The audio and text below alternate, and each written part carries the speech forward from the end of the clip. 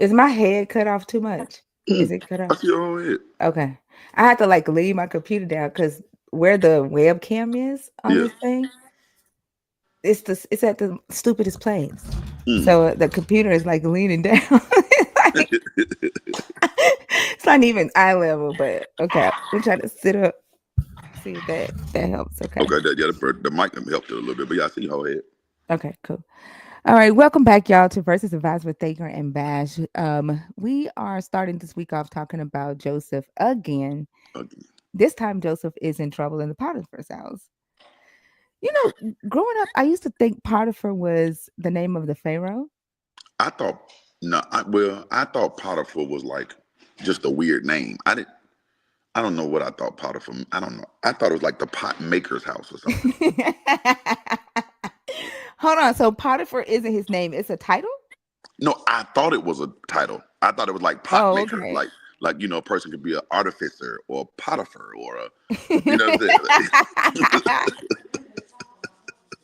That's what I thought it was.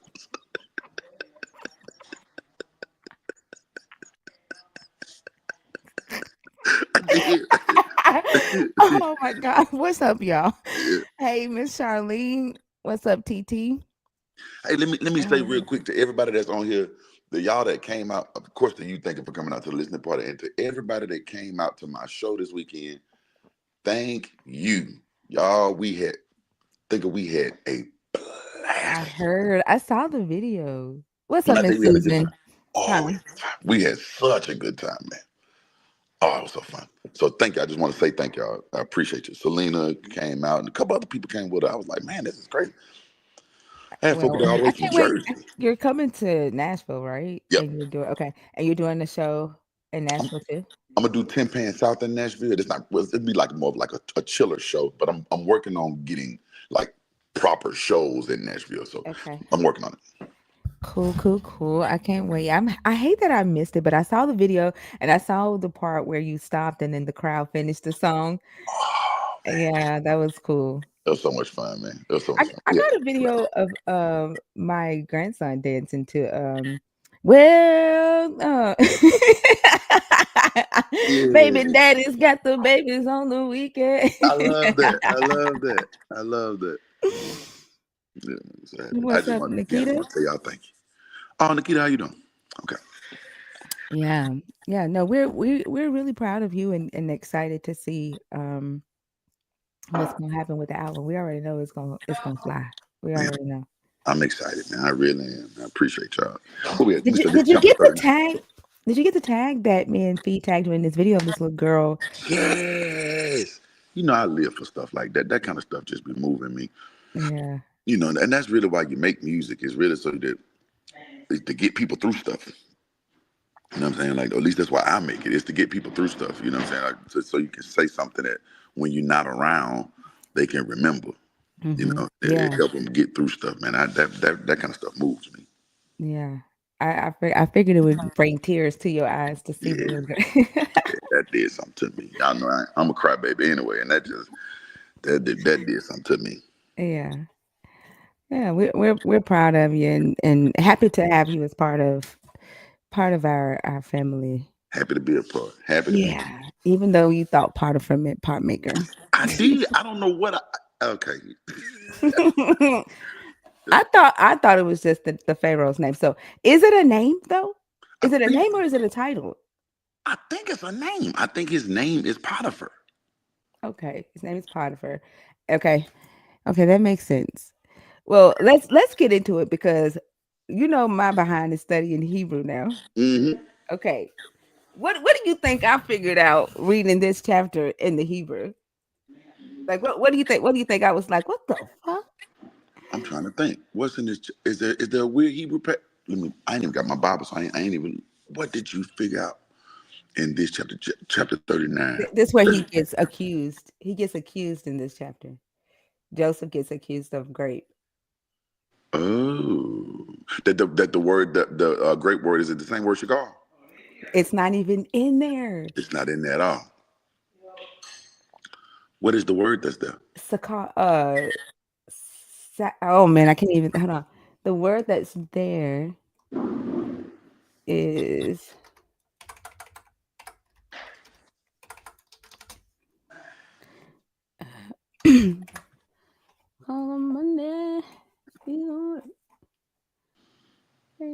these kind of babies on the weekend.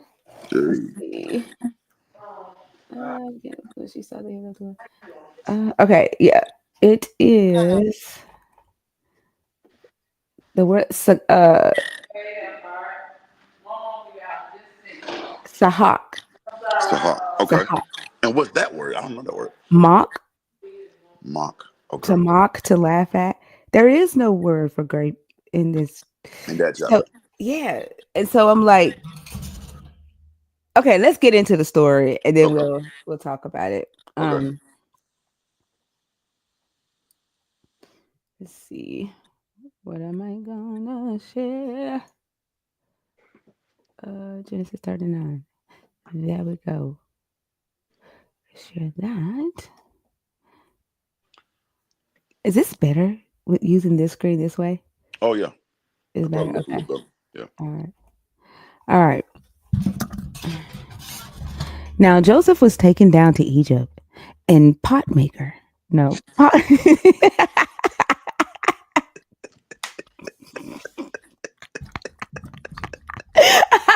Oh my God. I will I ain't telling never y'all forget nothing. that. I ain't Like telling that. y'all nothing.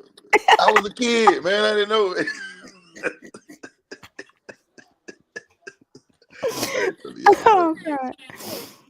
And Potiphar, an officer of Pharaoh, the captain of the guard, an Egyptian, brought him from the Ishmaelites who had brought him down there. The Lord was with Joseph, and he became a successful man, and he was in the house of the Egyptian master.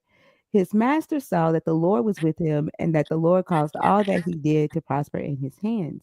So Joseph found favor in his sight and attended him. He made him overseer of his house and put him in charge of all that he had. From the time that he had, from the time he made him overseer in his house and over all that he had, the Lord blessed the Egyptian's house for Joseph's sake. The blessing of the Lord was on all that he had in the house and field. So he left all that he had in Joseph's charge, and with him there had no concern for anything but food that he ate. Now Joseph was handsome and good looking. Like, what the fuck?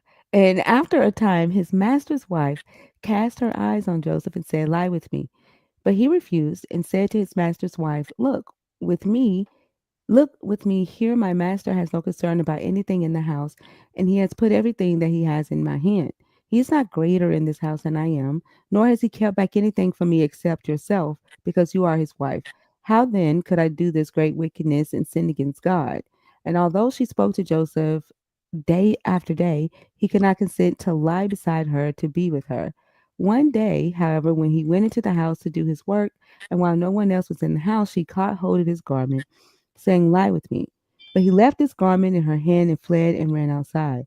When she saw that he had left his garment in her hand and had fled outside, she called out to the members of her household and said to them, "See, my husband has brought among us a Hebrew to insult us.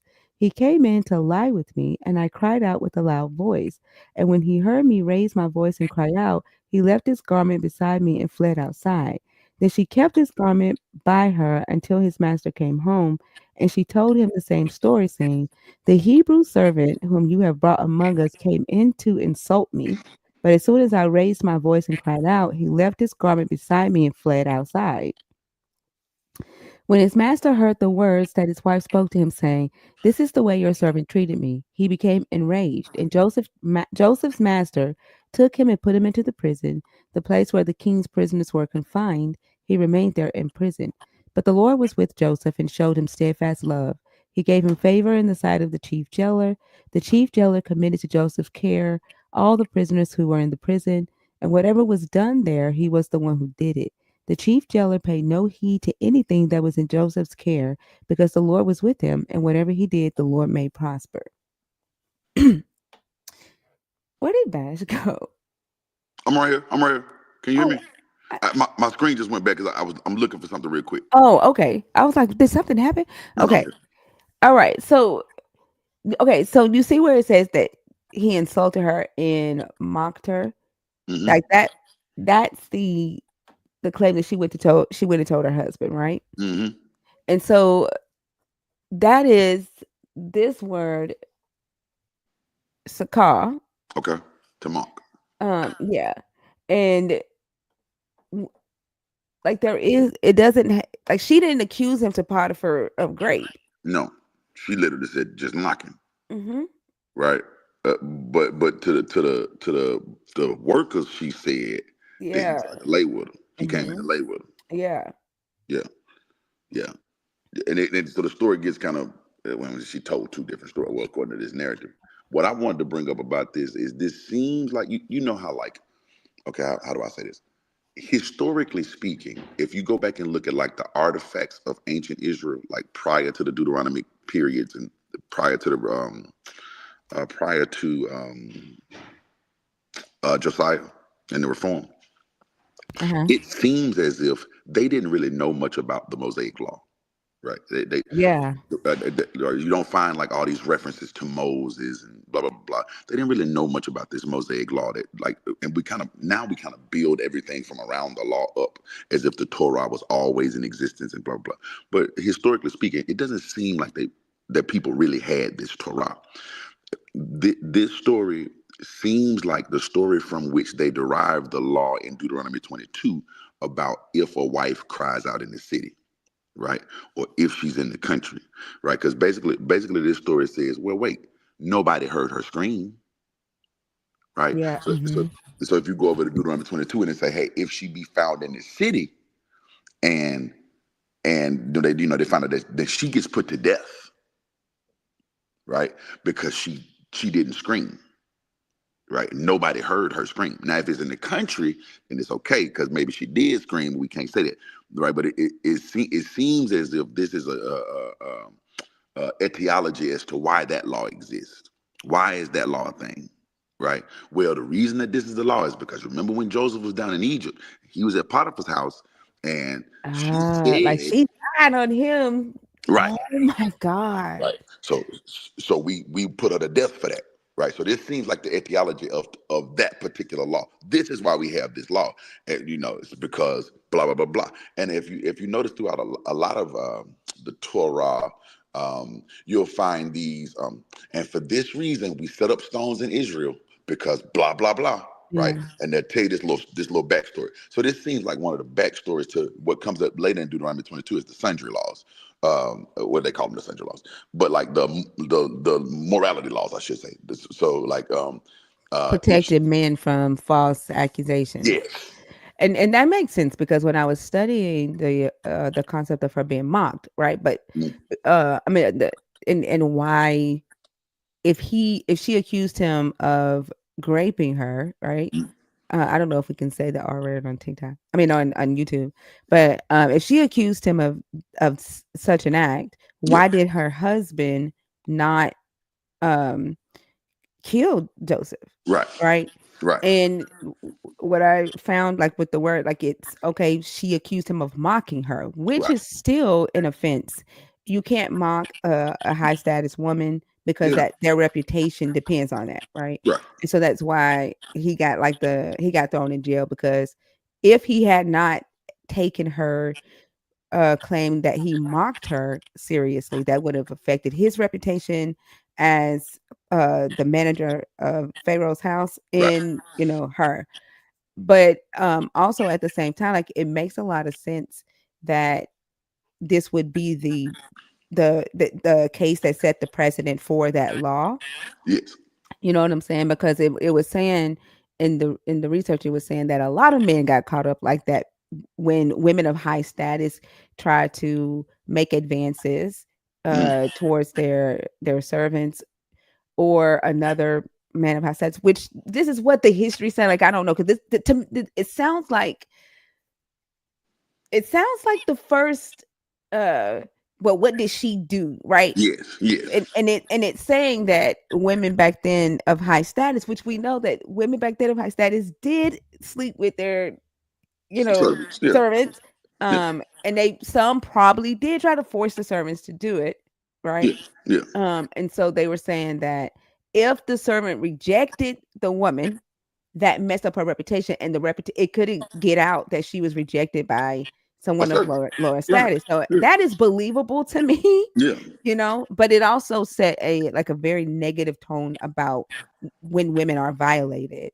right? Yes. It's like, oh, Yes. if don't nobody hear her, then it ain't It true. didn't happen. Right, Like right, right. it's yeah, it's fucked up. And I think it talks too about how sometimes women of high status can do stupid shit and not think about how it affects women, down It's not the status. yeah. Yes. How do I say this? So, how we currently view marriage, relationships, sexuality, they're alike. We have to keep in mind that it hasn't always been this way, right or wrong or indifferent. I'm not talking about the morality of it, just how it fits in society, right?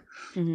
Our relationships are very love based, or that's how we kind of set them out. That these are based on love, and there's this right moral thing to do in them, and this wrong moral thing to do in them. But here, relationships aren't really. Let me not say that there's not love in them. Let me say they're not as love based. A lot of them are political. A lot of them are about power. A lot of them are purely about sex. But a lot of them are property related, Yeah. right? So the way that you see this, or the way that these people would have seen this relationship, is just different. It is hard to even put your mind there sometimes, because it's like, oh wait, this married woman was trying to cheat on her husband and he turned her down, and but why didn't he kill him? And, right, like, because we're thinking in the anger of what should happen today, right? But But isn't there a law? There was a law back then, right? That there is said, a law. yeah, that said that if he had tried to commit adultery, right, or if he had tried to sleep with her, that the punishment should have been death, right? He Well, should have been executed. that law didn't exist at this time. Keep In in Egypt? keep in mind. Okay, let me see how I'm saying this. This didn't happen. No, This I'm saying wasn't. no. Hear what I'm Yeah. saying. Hear what I'm saying. Okay. This wasn't written until after they were never in Egypt. Okay, this didn't. This was the writings of the Torah from 700 years post. Remove this. No, I get it. What I'm saying is like because they're writing like this, like they were in Egypt. In Egypt, there were laws established, right? So the Potiphar the manager of the Pharaoh's house would have gone by Egypt's laws, right? Right, right. Not Hebrew, Right, right? right, right. But what I'm saying, no, again, the anachronism is what I'm getting to. You're right, though. There was a law in Egypt that should be the case. I'm saying that when the writers of this, in the 600s, are writing back about this story, right? Like, this isn't like something that actually happened in real life. This is just something that they're Right. making up to give reasons for X, Y, and Z, right? Right. Yeah. So when they're looking back at this, we're looking at it, well, not necessarily me and you, but it is easy to look at that through the lens of how we currently see relationships, right? And Mhm. saying, okay, with that lens of how we see relationships, what's going on here? Well, status in Egypt, okay, let's say he hadn't have let's say he hadn't have slept, he hadn't turned her down, right? Okay, but no one ever found out, right? And that just he would just be a part of her daily activities. There were lots of women of high status who had male prostitutes. Male prostitution was not abnormal, right? That's not something that was like, what? That's not abnormal, Right. right? Mhm. And it's like there were cult male prostitutes that worked at the temple. This was like not abnormal. Thinking of it now, you go, what? Like, why would anybody have a male prostitute that wasn't like a guy? Like, I mean, I guess you can see guys, but like that doesn't make a lot of sense in our current world, right? But this was not abnormal. A woman of high status might have a little harem of sorts. That's not abnormal here, right? And so, like, we're getting a picture even in the chapter before. Both of these chapters are very like sexual, right? The chapter before, we talked about Tamar and how Tamar went and played the prostitute, and notice how Judah didn't feel sorry at like the fact that he went and got a sex worker did not bother him at all. That wasn't he just did that to be comforted. He was a little sad, so he went and bought some drawers, right? In this very next chapter, this woman just happened to be the master of a house, and she felt entitled to this man as property, right? So the sex and sexuality at the time wasn't this like, um, Now, I'm not saying it wasn't emotional. I'm just saying, but you see that there's a difference in like how they view sex work, right? Yeah. Hmm. Sex work was a part of temple worship at a part of time. Sex work was a part of everyday life. You could just, especially if you had the status. If you had the status, you could do this. You know, when you're Yeah. rich, they let you do it. You just walk up to them and grab. Never mind, that's what Donald Trump said. But you get the point. Yeah. Yeah. There's a when I was studying it, like I don't know if you've heard this story. It's called the Tale of the Two Brothers in Egypt.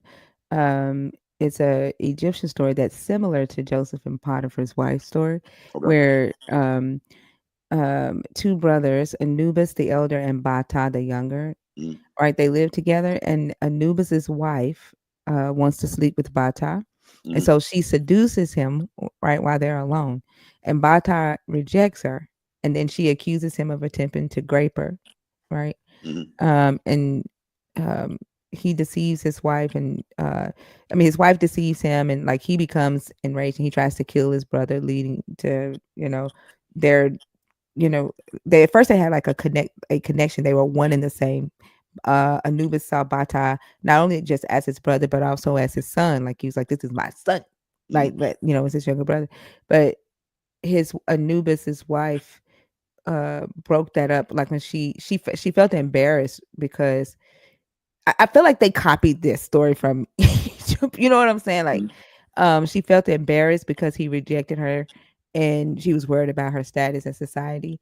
And so she goes to her husband and she lies, right, and says that Bata tried to rape her, and mm. so Bata had to flee for his life, and him and his brother were, no longer cool anymore after that. But have you ever heard of this story? I know the I know the story of Anubis, but I don't know the Bata half of it. So, um, I mean, Anubis is the god of death. He becomes that, and I think he became that based on some jealousy, but I don't remember this particular mythology. But that does sound far fetched. It makes me wonder if like it says that like the story was it dates like the 13th century BCE, so way before they like at a time that Moses would have been alive if Moses was actually a real person. Hmm. And so it existed enough for like if the Israelites had been in Egypt, which we Or know even that around. some of them lived in the Delta Yeah. area. So we know that they had access to these traditions, right? Mhm. And so it sounds like to me that the story of Joseph and the Potiphar house may have some influence, uh, from this tradition because, More or than likely. there could be other stories in the ancient Near East that have this similar motif. Yes, there definitely other stories that, like there's a part of Remulus and Ramesses story that kind of come out of that motif, um, or that they share motifs here. These stories were in circulation for forever, right? Like again, keep in mind if that story dates to the 1300s, then that story would have been around 600 years. By the time the Israelites are sitting down and writing the Torah, right? Yeah. So this would have been and they may have not even known that story was from Egypt by that point. Mhm. You get what I'm saying? Because the story just been around so long. Like when we think about fairy tale or not, like Mother Goose nursery rhymes or stuff like that, Mhm. or like Jack and Jill, or Jack and the Beanstalk, or Santa Claus, all those little like stories like that. We forget that most of those stories are actually quite European. They feel like these little American stories of like Jack and the Beanstalk, but that story been around for hundreds of years. And some of them got really racist Yes, historical context to them. yes, right. But they've been around for forever, but you get them, you change them a little bit to fit your time and to fit the situation that you're in or whatever. They get a look, they clean up a little bit. Like one of the good examples of that is Santa Claus, right? So Santa Claus or Santa Claus, blah blah blah. Santa Claus in Europe has uh, this little sidekick named I think his name is like Schwartz Petar or something like that, Black Pete. And so in our American version of the story, if you're a bad kid, Santa Claus puts coal in your stocking, right? Mhm. In the European version of the story, if you're a bad kid, he sends Black Pete out to beat your ass and carry you off into the woods. What? Yeah. Look up Black Pete. Look up Santa Claus and Black Pete, right? Black Pete come and beat your ass and carry you off into the woods, right? But these stories are old, and they take a little. They take these different shapes over time, and they get a little. They turn a little different. But the meat of the story is still there. You see? You see? I can't read your screen. What the fuck? Yeah. So Wait, why are they? Wait, what the?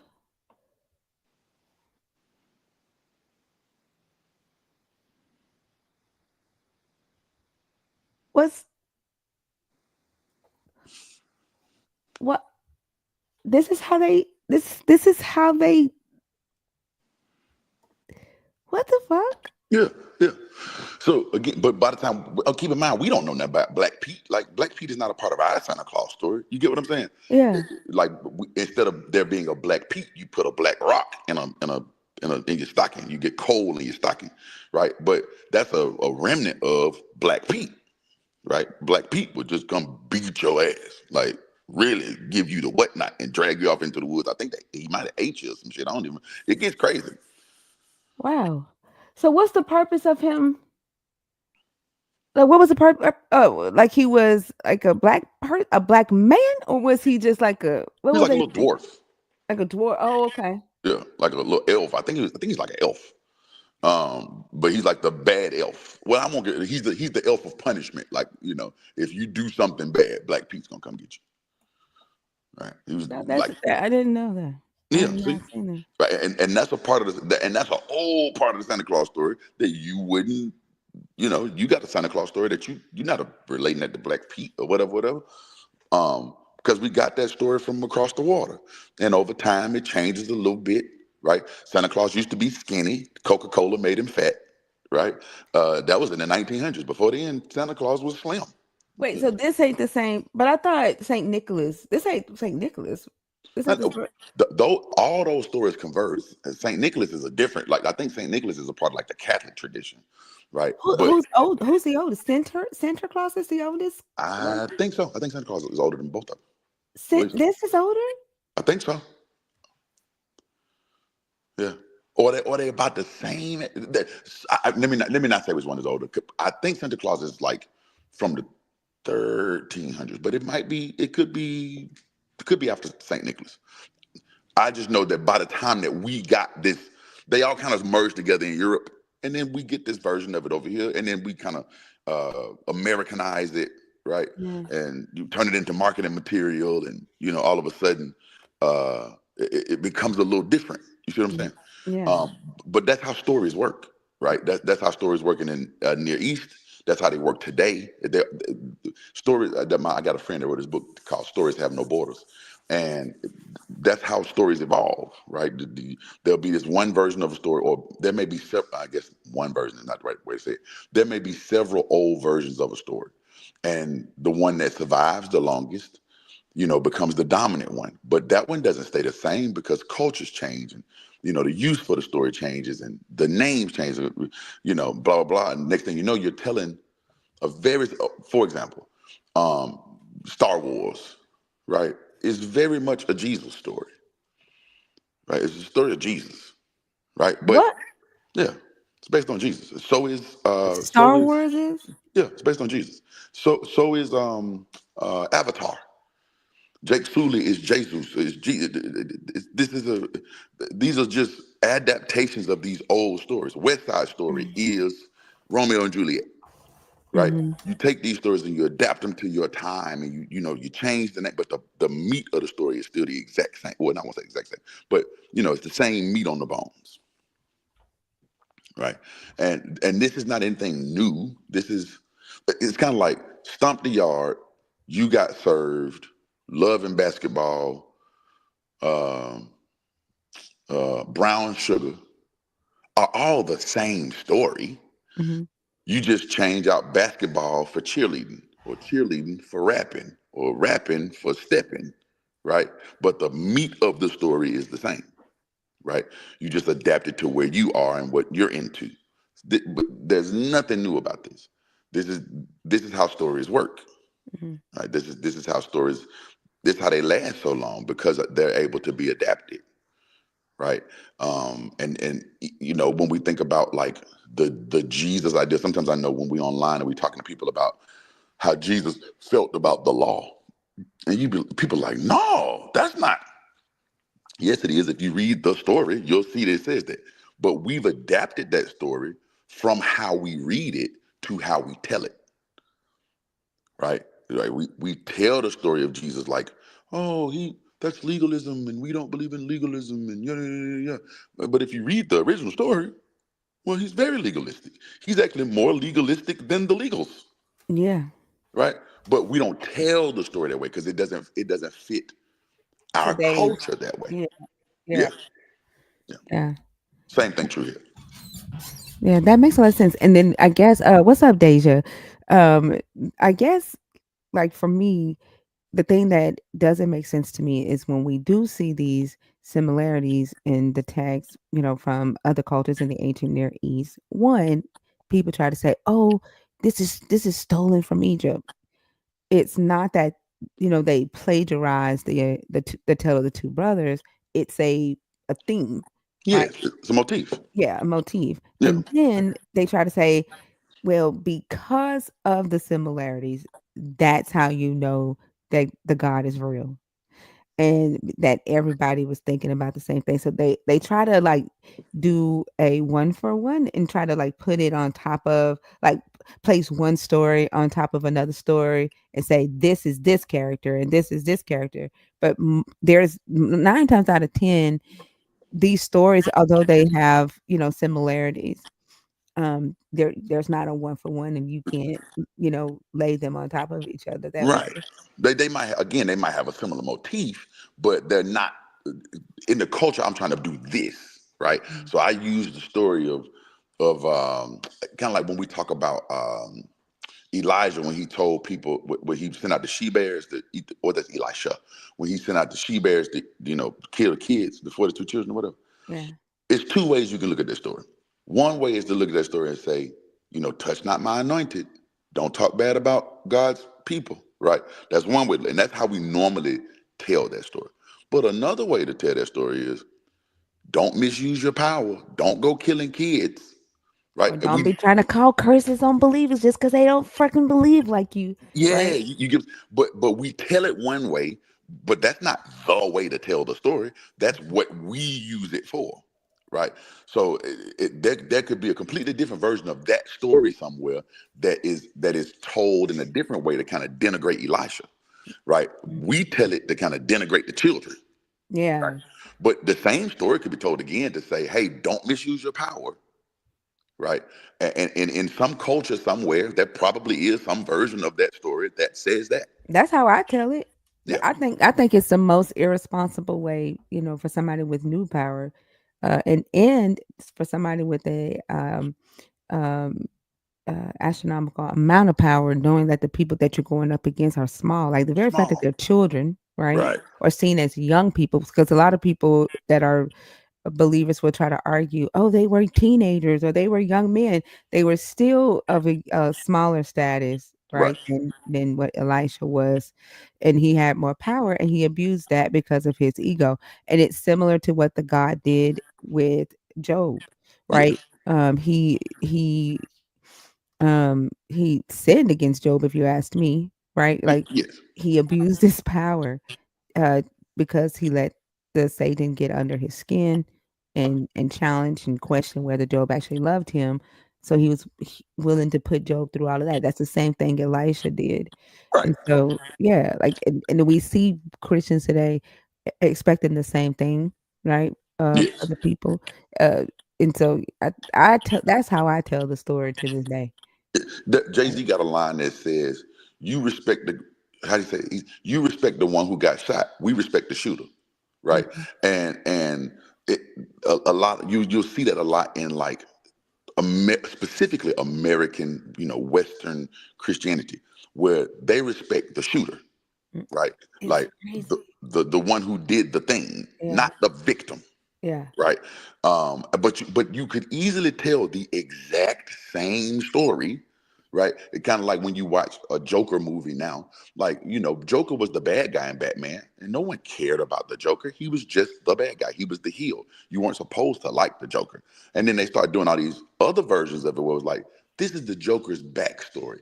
This is why the Joker's this way. And you kind of like, oh, okay, I understand. Even though still I might not necessarily like the Joker, but it's like, oh, he's a human being. And I see why he was like that. Right? Same story, right? But telling it from a different perspective to fit it differently in the culture, right? This is the same thing that happens in scripture and in any ancient any story. You're looking at it from a perspective, and that perspective is normally used to instill a certain value, right? Again, I look amongst my believing friends, and a lot of them respect the shooter, Yeah. and they can't so you go, well, God did this thing, okay? He's the shooter, right? Hmm. You know what I'm saying? It sucks to be the one who got shot, Yeah. right? So that those kind of things you'll see, a different culture take that same motif and flip it their way, right? That same motif, you flip it away because I'm trying to put this value out there versus this value over this value, right? Yeah. Give me just 1 second, okay? Mhm.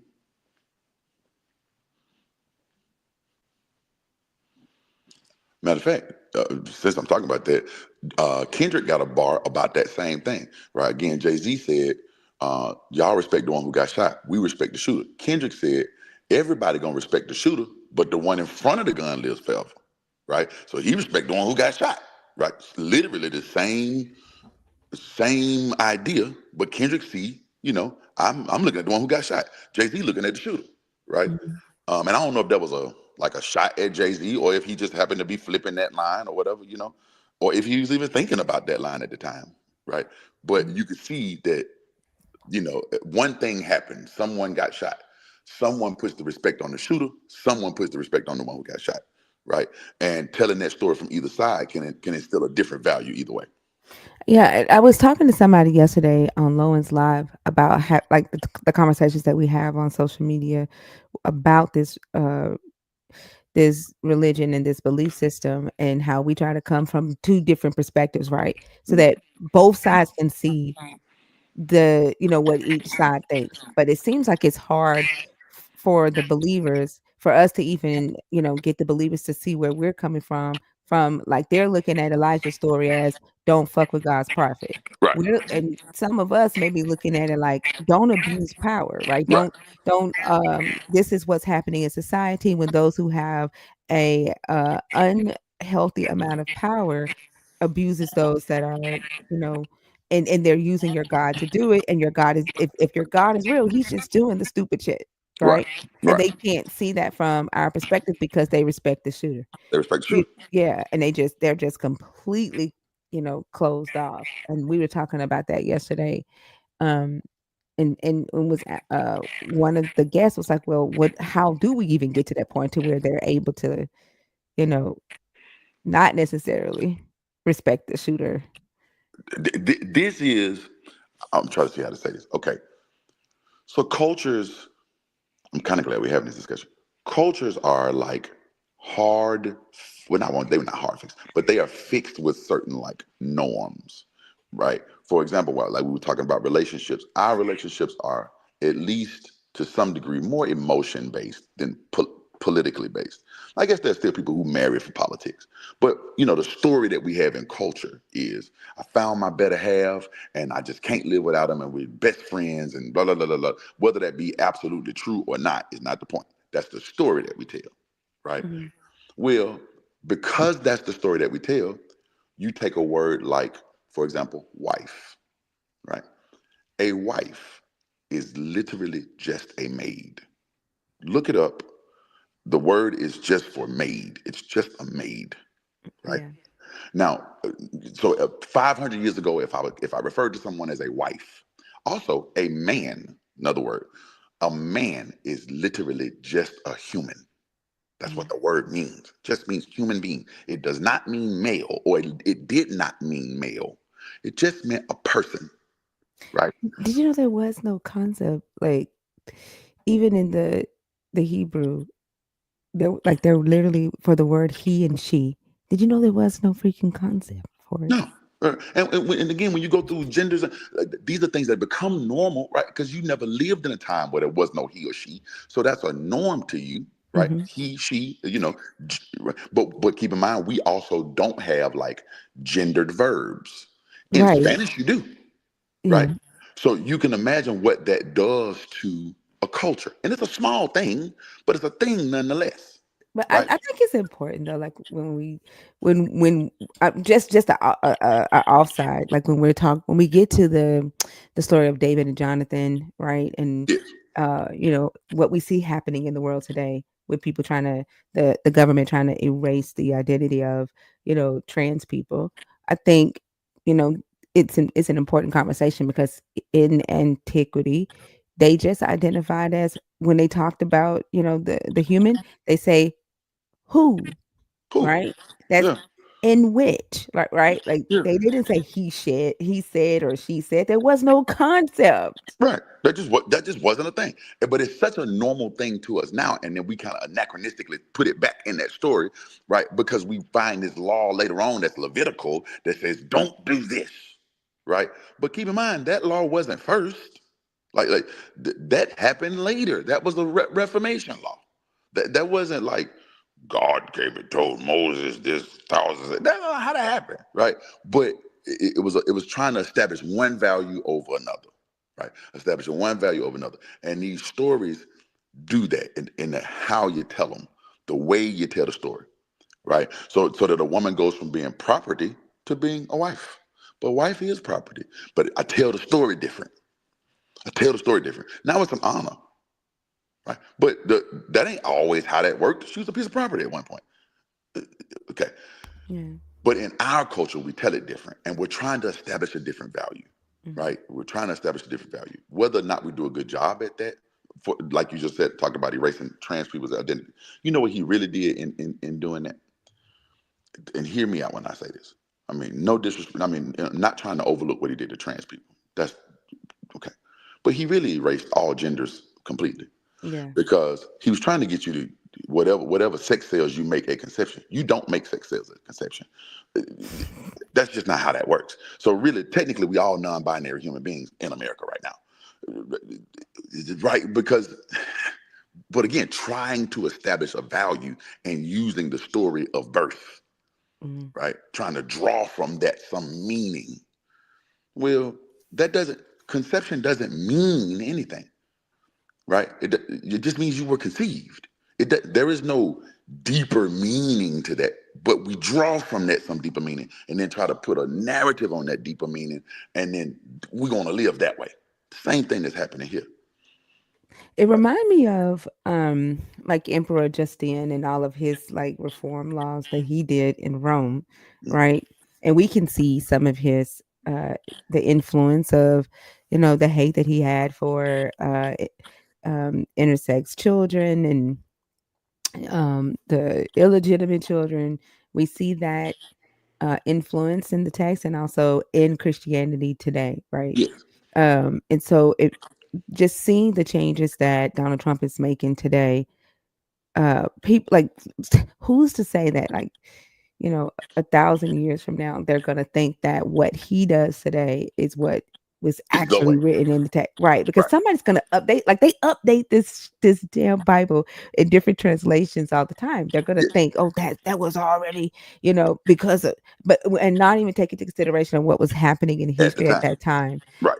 because like we don't know, right? We know that Leviticus and the Sinai covenant and Deuteronomy renewal covenant, all of that was written during the late 7th century BCE and after, right? Right. And so we don't know at what point when because the oldest version that we have of the Hebrew scriptures was written in Greek, Yep.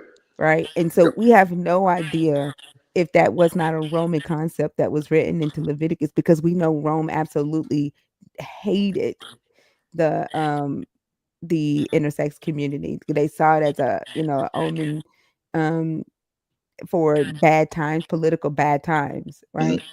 And so we know that they had pedestry going on. Like they were okay with the pedestry, but they were not okay with older men you know, uh, dressing like women, or or sleeping with other men. They didn't care about the women doing it, but we know that this is more so Roman influence because ancient Israel, like by reading the Mishnah, I mean the Midrash, uh, that they had multiple genders, they had different rules set up for the multiple genders, but they were seen as sages, they were seen as the closest thing to their God, and then all of a sudden, this God is like, I don't like them anymore. Like it doesn't Yeah, make sense. Like it just yeah, feels so Roman, yeah. right? And also, think about if 1,000 years from now someone wrote about today, right? Hmm.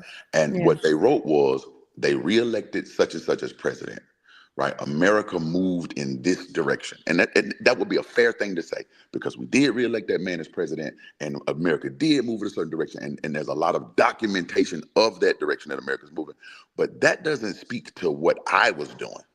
That won't speak to what Thinker was thinking, right. right? So while you may think, oh, that's where Rome was, that's where somebody in Rome was, and it may have been the people who wrote the history, right?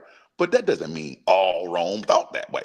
As a matter of fact, I would assume that all Rome didn't think that way, right? Well, I know that it was a part of their culture. Like they would do like the emperor would call, like if there was an intersex baby born, they saw it as a political omen, right? For Yeah, like bad times. So yeah, they would do these rituals. Like he would make everybody do like participate in the ritual. They would get 27 virgins, pray to Persephone, sing the songs, put the intersex baby in a crate, and then throw the baby into the sea.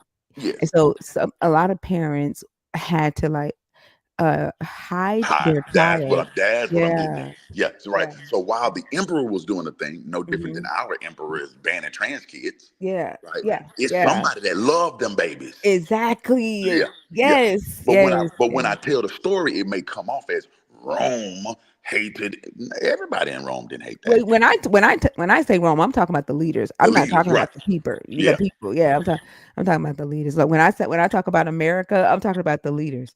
Like I'm not talking about the people because I honestly, I don't think that with the way things are going right now, and we see, um, it's hard for me to believe that America actually voted for this. Like I don't care. Like I'm not. I'm not trying to be an election denier, but the shit just does not look right. it feels weird. Right? Yeah, It feels very weird, yeah, and I just don't believe America actually wanted this. But, so when I say America, I'm talking about these fucked up leaders. yes. And they say that history is written by the winners, right? And Mhm, that it's not necessarily the winners, but the ones that survive. And normally the winners are the ones that survive. So when we look back at this story again, that's why I think the JDP. Y'all know I talk about it all the time. That's why I think it's so important because you get to, if you can see it, you get to see. Not everybody looked at it the same way, right? These stories, the same story. Not everybody saw that story that way. When we talk about the Sodom and Gomorrah story versus the one with the Benjaminite or the Levite down in mhm, Bethlehem, Judah, right? Same story, right? It's clearly the same story, but they didn't see that the same way. They didn't think it worked the same way, mhm, right? They honed in on different pieces of the story and accented different pieces of the story because this is what was important to the way this group of people saw it. Or the Pharisees and Sadducees, same Torah, right? But they didn't see it the same way, right? There's one group of people saw it more like this, another group of people saw it more like this. Same text, but they mhm. didn't view it the same way. And oddly enough, now the Pharisees caught such a bad rap, right? Now, as of now. But really, the closest thing I can think to a Pharisee right this minute Is a are people Christian. who, yes, They are the thing that they claim that Jesus hate, and yes, then like Paul, that's why I tell them all the time, like, you don't find it odd that the thing that your Jesus says, "Woe, you scribes and Pharisees," like Paul, it was that a thing, Pharisee. and you are that thing today. Like you literally have to interpret this text to make it relevant to you today in 2025 because half the stuff, all the stuff in the text is It's outdated. outdated. It's dead. Right? Okay, you see the point. So it's how I tell that story again for for new effect, right? How Mhm. I interpret that text again to give it life, which is exactly what Pharisees did. That's exactly what Pharisees did, right? How do I tell that story to give it life again? How do I, how do I use that now? And that's nothing new. There's nothing new about that. That's exactly how stories have always been used, and they will always be used that way. Sometimes I think we try to go in and staple those stories down as in like this is the way that it works. That's never the way. These are stories, right? Yeah. Right there. Somebody's Mhm. telling it from their perspective. That's all they can do. Yeah. So yeah, Yeah. that was it. I agree. That's a dang. I did not think that Potiphar's the story about Potiphar's house would be this interesting. I thought for sure we would get to the next chapter today. Sometimes it's things you overlook, man. Sometimes it's like it really is a lot in there, especially specifically because the it links to so much. Like these stories, whenever you read them, you have to be thinking, okay, this didn't happen at the time. That's the most important part about it. This didn't happen like in a chronological order. Right. This is Mhm. someone trying to explain something that happened, why things are the way they are, right? Genesis is pretty much just an etiology, right? So why are things the way they are right now, Daddy? Well, the reason that they are the way they are is because one time the world was wicked and God didn't like that. So he flooded the earth and left us a rainbow, right? That didn't happen, right? But this is, Daddy, why is that in the sky? Oh, well, let me tell you, right? Or Daddy, why did you make that law about women screaming in the field? Let me tell you. Because one time, well, why is it that we don't like such and such? Well, let me tell you. That one time our grandmama Sarah went down. You see what I'm saying? Well, why do we call her Sarah instead of Sarai? Well, let me tell you. But over there they called her Sarah. They wrong, and this is why. And you got these little stories to back up your version of history, right? And those are important later on. You'll see these pop up later. You'll be like, okay, when I see this, I know, okay, they got that from over here. Or this is why they told that story, blah, blah, blah. Because they was trying to institute this law and get people to do this thing over here. You Yeah. know what? Like, have you ever read it in Jubilees? Hmm. It's different. Like that's what, like thinking about what you said. It made me think about that. Like they do tell it different. They do. You ever read the book of Jasher? Do they tell it different too? Oh, yeah. And Jasher is kind of like first and foremost, Jasher is about as thick as a regular Bible, but it's just a commentary, or like let me call it, I don't want to call it a fan fiction, but for lack of better words, let me call it a fan fiction. It fills in these gaps that Genesis leaves, Yeah. right? So What it'll tell Jasher you, does or Jubilee? yes, Which one feels in the game? Jasher, Jasher. So Okay. it'll tell you why was uh, Ishmael or why was Esau so hungry, right? Why was he so hungry that he sold his birthright? Well, it's because Nimrod was trying to kill him, and he had been running from Nimrod all day. What? Nimrod? Nimrod ain't even real. Uh, And Nimrod wouldn't have been alive at this point. It don't matter. Read the book of Joshua. Nimrod was trying to kill Esau, right? Or, well, how did such and such know this story? How did Moses know this story? Oh, well, that's because Isaac grew up in Eber's house. Eber was still alive. What? In That's not how to. Eber's Uh, Eber's house? if not Eber, maybe Noah, like one of his great granddaddies. Like, oh yeah, yeah, Noah was alive until then, and so Noah told him. Mm. Right, the Book of Joshua does that. Right, and again, these are just these little stories to explain why are things the way that they are. Right, here's why. Right, and so you know that these are not. But again, history is written by the survivors. But if you go like get a copy of the Book of Joshua, you want to talk about something that's it's actually quite interesting, especially if you've read the Book of Genesis. Go back and read them same stories in Jasher, and you'll it's all these little like pieces that's like, oh, that gap in the story that you're looking for, they tell it for you. They tell it in Jasher, right? Yeah, like I try to read that stuff, but some like I don't know. Sometimes it just be too off the wall and just like straight It's out. more off the wall than the Bible. But I'm saying like the straight out. Yeah, like sometimes like the whole thing about Jesus going to to hell and having a conversation with Adam, and Adam is like, "Oh my Lord!" Like I'm like, But keep in mind, if you had been on, like, it's one kind of what I'm saying. We've kind of accepted the Bible as like, all right, that's cool, right? And then you read something else that's just like the Bible, you go, okay, that's outlandish. But really, it's all outlandish. It's yeah, just one of them is more normal in our culture than the other.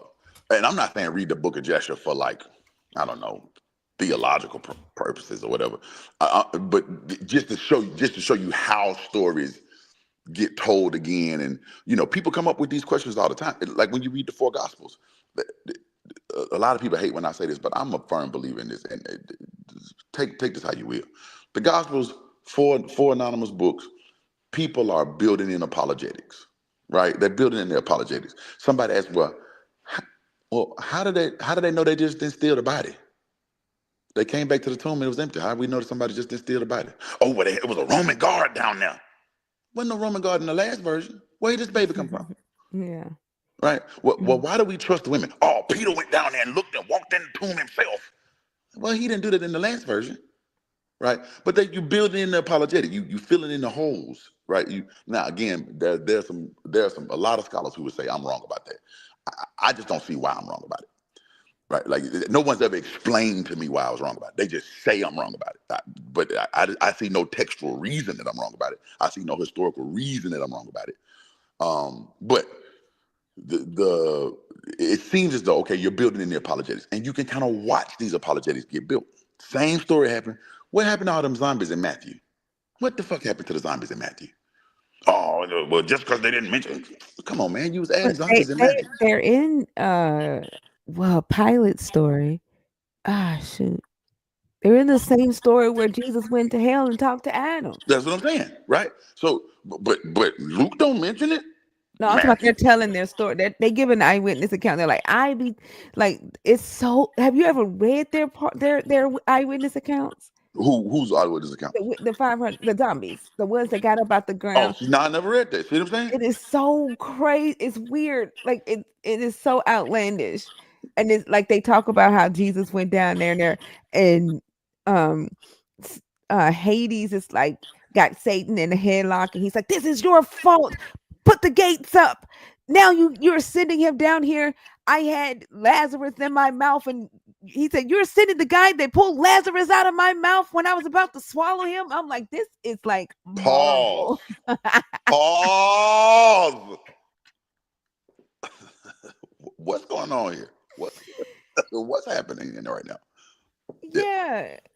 It's like Jesus' descent to hell, and like you think like as you're reading it, it makes you think of like a DC comic, right? yeah, And they're yeah. down in hell or Hades, not even necessarily hell, they're in Hades and freaking out because Jesus is on his way. And then Jesus gets in there and he's like, "Rah, I'm here. He grabs Satan by the head. Get over here. Like you got Yeah, right, right. like And people are they're building in these whole stories. Speaking of like DC Comics, did you know that like what X-Men is a Marvel comic, but that the X-Men was really Stan Lee's way of like trying to preach acceptance. uh-uh. Right? The mutants represented black people Oh and how no, they were yeah, I really didn't super know that. powerful. And they were really that we were really like saviors of the world. Like he was trying to preach acceptance. And he used the comic book to do it. Right. Wow, no, I didn't know Yeah. that. Or did you know that Sesame Street was another way of teaching acceptance? Mm-mm. Like Sesame Street, every character in Sesame Street represented like some outlier in society that lived in New York. Bert and Ernie were the first gay couple. Uh, that was like okay. Anyway, point being, they were using these little stories to teach us this grander lesson, right? And you saw Bert and Ernie interact that way, and that was normal, Mhm. right? And And nobody knew that. yeah, the goth, dark gothic person. That's Count Drac, the Count, right? The That's why they wanted Sesame Street off the air. The yeah, girls, why they going out to Sesame Street? Oscar the Grouch. That was just a homeless man who lived in New York, right? Like, but he's not so different from you. He's just a little angry because he lives in a trash can, right? Like, and they were trying to teach us these like societal lessons, Mm. but they were using, using these characters to do it, right? The same thing. That's how stories work. That's how stories work, and they've always worked that way. And so whoever's telling the story, they have a thing that they have a rhetoric that they're trying to get across. They have a point that they're trying to get across. And I can tell the same story in a different way, right? But so when we see these stories, I want us to always keep that in mind. Somebody is trying to get a rhetoric across, right? They're trying to tell you why things are the way they are, or how you should handle things when they are this way. Not that it necessarily happened that way. Yeah, that Yeah. makes sense. Yeah, that makes sense. Um, uh, so I was just bringing up before we go this for y'all out there. This is the book. What the Book of Jubilee says that she, went after him for a year, right? And he was, he kept his composure for a year and refused. He threatened her with like divine punishment. Um, and then, of course, the garment thing happened.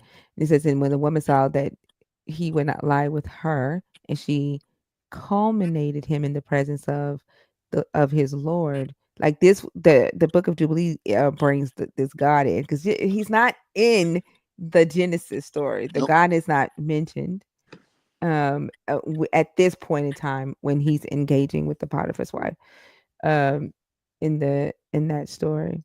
Mm. Um and then she says that that Hebrew servant from whom thou lovest sought to force me so that he might lie with me. And it came to pass when I lifted up my voice that he fled. So she does uh let me see if she has the sakal. Is it what's the word again? Sakar, Sakar. Uh Tamak. no, for grape. Like if he was Oh, gonna Chagall. Chagall. Mm. Uh, nope, that word is not there either. So hold on, which one is it at the front? Um,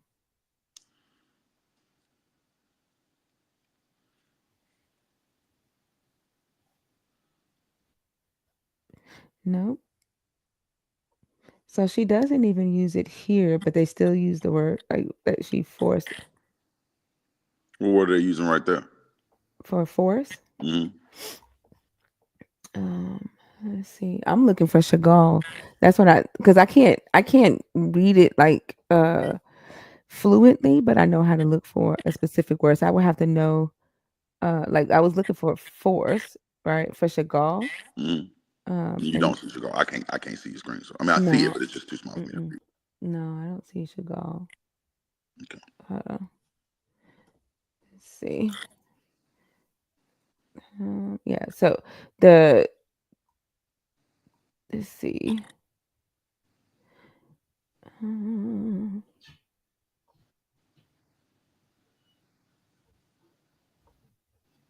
mm-mm. This is half half half without the vowels it's kind of hard, but this is hefetset. Okay. Hefetset. Uh, La'an La'anut. Uh,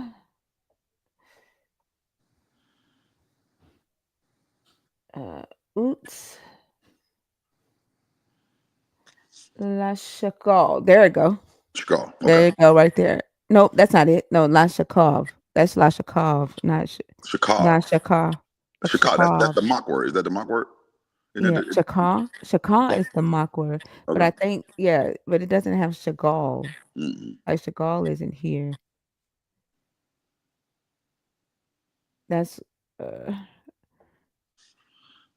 yeah. So this is uh Vagadoo. Mm-hmm. That ain't there. Um uh, Tefesh Tefeshet uh Kaasha Kaasha Va Fer Uts Et Hema Ha